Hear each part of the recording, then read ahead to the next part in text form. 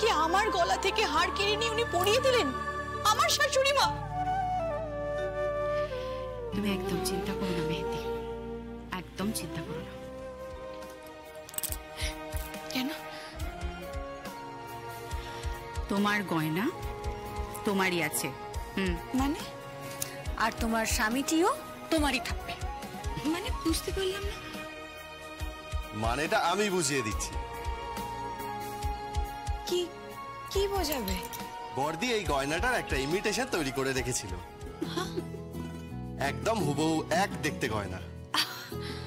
হ্যাঁ, আমাদের শাশুড়ি মায়ের চোখে বোধহয় ছানি পড়েছে, ওনার ছানি কাটাতে হবে। তুমি সত্যি আসল সোনা আর নকল সোনার মধ্যে তফাৎ করতে পারলেন না?